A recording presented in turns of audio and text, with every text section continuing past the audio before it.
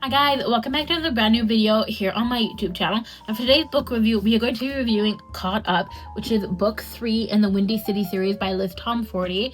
Now, as you guys know, I mentioned in my first review of the series, which is Mile High, you can go back a couple videos of how I discovered the Windy City series, obviously online through TikTok, but I hadn't picked it up because I was mainly only reading hockey romance, and I was like, okay, I don't want to read any other sports romance than hockey. And I knew Mile High was hockey, but at the time I thought the rest of the series wasn't hockey.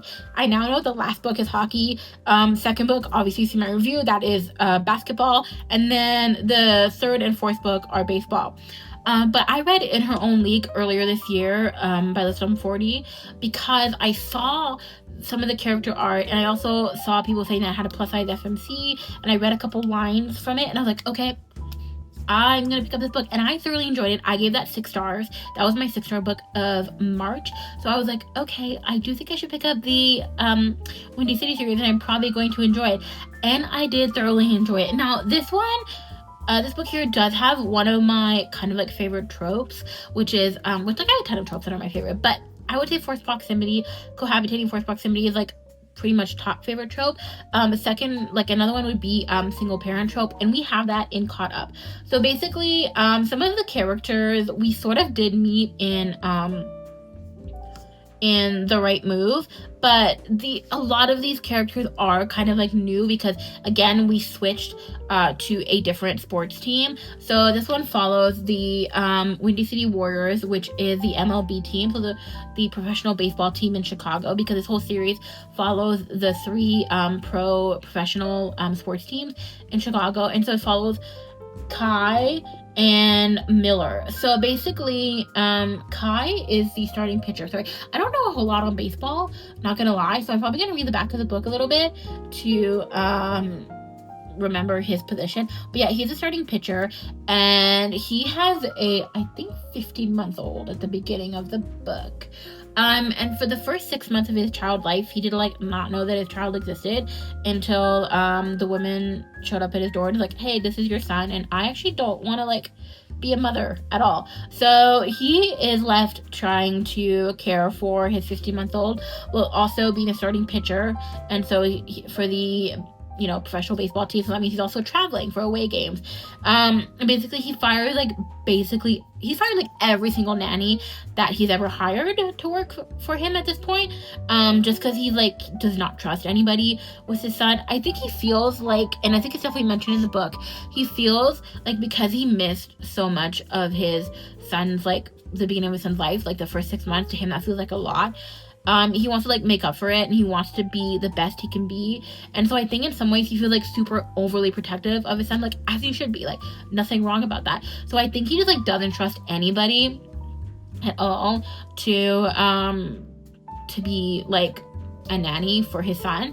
And then we have Miller, who is the daughter of his coach. So in the book, they call him Coach a lot, but technically, because I did read In Her Own League, which is the love story of his coach, he's actually technically the term is, I think, field manager, but they do call him coach, so I'll just call him Coach. Which his coach's name is Emmett, which he's referred to as Emmett in Her Own League, but on here he's referred to as his nickname, which is Monty, so that's what I'll call him for this.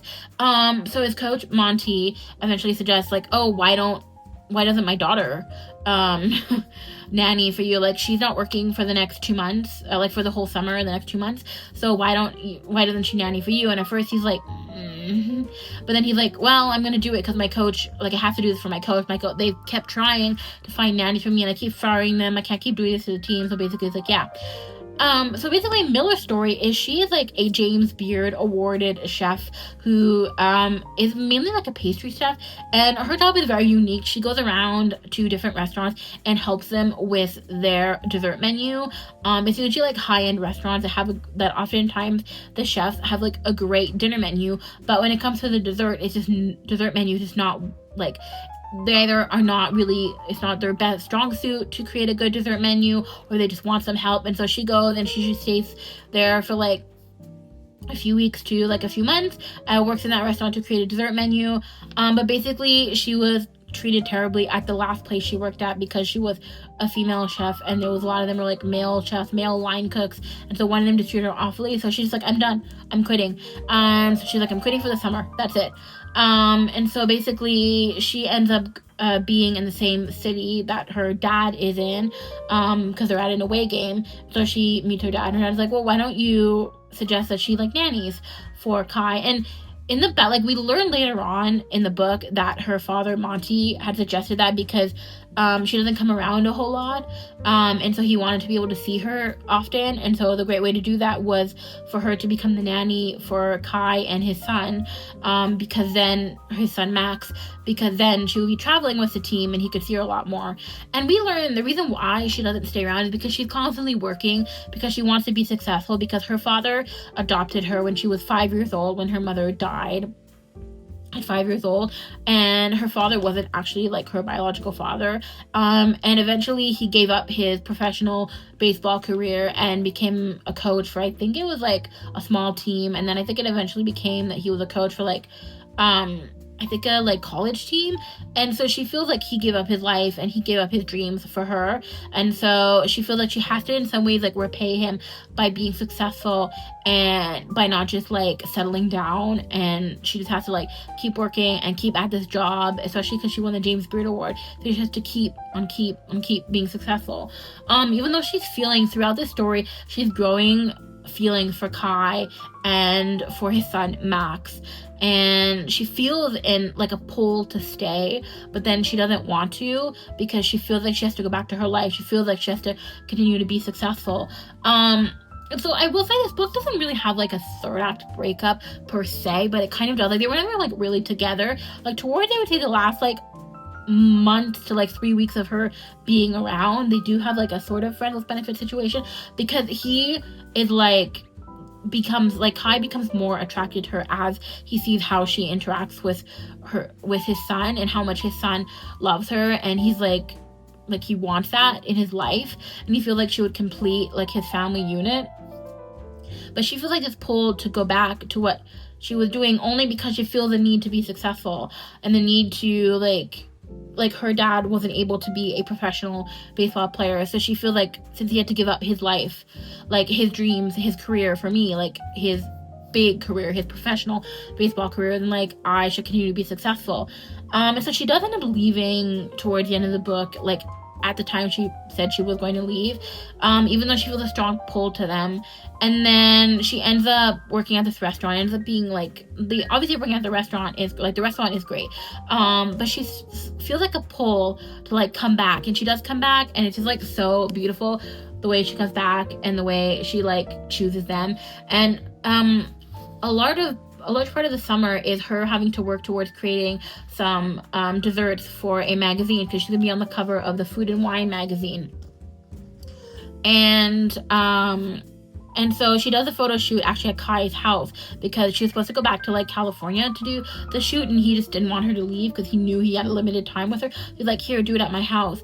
And then they do the photo shoot, but the interview is later. The interview is once she leaves and goes back to California after the 2 months. She does the interview, and he actually gets surprised with a magazine at his friend's wedding. Actually, it's the wedding of Ryan and Indy from the second book in the series. And he reads, and there's a part where he's reading it, and she does talk about like how she's leaving the industry now, and how there's 2 people that are pulling her to go back to Chicago, and how in the back of her mind she's always wanted to open up her own patisserie, so her own like bakery, and she's gonna do that, and she's gonna teach people, she's gonna have lessons where she can teach people how to bake and things like that, and teach people the basics. And it's kind of beautiful when like they discover how much like the person truly means to them when they're away, and they have that pull to come back. And this one was such a beautiful story. I still give this one 5 stars. I did like The Right Move slightly more for some reason, but this one is just so beautiful. And if you're somebody who likes the single father trope, single father and nanny trope, this one is done so beautifully, like just so beautiful. Probably my favorite. I don't think I've read a ton of single father ex nanny tropes, but I think out of the ones I've read, this one is my favorite. I might have only read 2, come to think of it, which is really surprising, because I feel like it's a little bit more common in sports romance. But yeah, I thoroughly enjoyed this one so much. I don't know if I already said, but I did give it 5 stars. Like, thoroughly enjoyed it. So, if you want more videos on the, if you want to see more videos on the Windy City series, you can hit the subscribe button and the notification bell so you'll be notified when I post my next video. And like I said, I'm about a quarter of the way through the 4th book. I still have the 5th book to read. So those videos will probably be coming out this weekend and next week. And then I'll be moving on to another series. So stay tuned for what series that will be. Actually, I'm probably going to finish off another series where the book just came out. By the time you're watching this video, the book will have already come out and I'll already have it. But I'm only going to start reading it probably once I'm done the Windy City series. But then I'm going to start another series, so stay tuned for that. I'll probably do an updated TBR video where you'll be able to see that. But yeah, that is all for this video. If you enjoyed it, like I said, you can hit the subscribe button and the notification bell so you never miss another brand new video from me. You can follow me by going to @RomanceBLVD on Instagram and Threads, and @RomanceBoulevard all spelled out on TikTok. Bye!